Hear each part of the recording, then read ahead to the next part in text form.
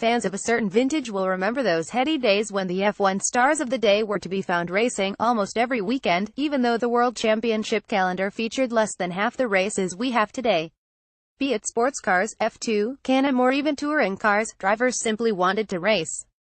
It was not unknown even over Grand Prix weekends, for F1 stars to contest the support events, while the legendary Mario Andretti once famously commuted between Europe and the United States as he contested two events over the same weekend, and in the late 70s was regularly hopping the Atlantic as he raced F1, USACCART and even Iraq. Ironically, another driver who followed the mantra of any car, anytime, anywhere, was Pedro Rodriguez, one of the two brothers the Autodromo Hermanos Rodriguez is named after.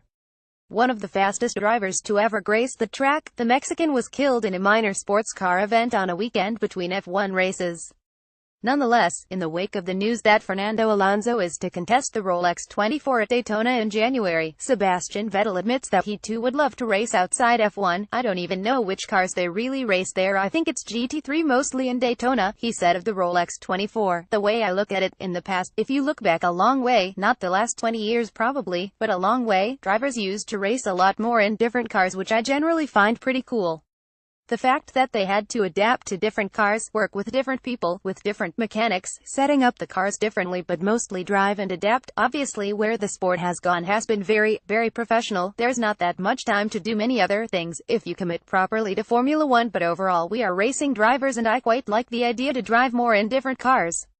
I don't know if that will ever change in the future, but if they had different categories in the same weekend where Formula 1 drivers were. I don't know, with the Pro Car Series many years ago, for example, with the BMW M1s, where they did a race before the Grand Prix. Stuff like that I think would be cool, but for sure you can see the difficulties these days in terms of the paperwork and all that. But for raw racing, it's very nice to race different cars, why not, every weekend." Mindful of the Pro Car Series, which saw the drivers of the day matched in identical cars, Vettel was asked if he liked the idea of a similar event which sees the drivers go head-to-head in equal equipment. "It's called Race of Champions," he immediately replied, "so I think we have something in place. I like it," he continued. "I join it every year that I can and we race in different cars.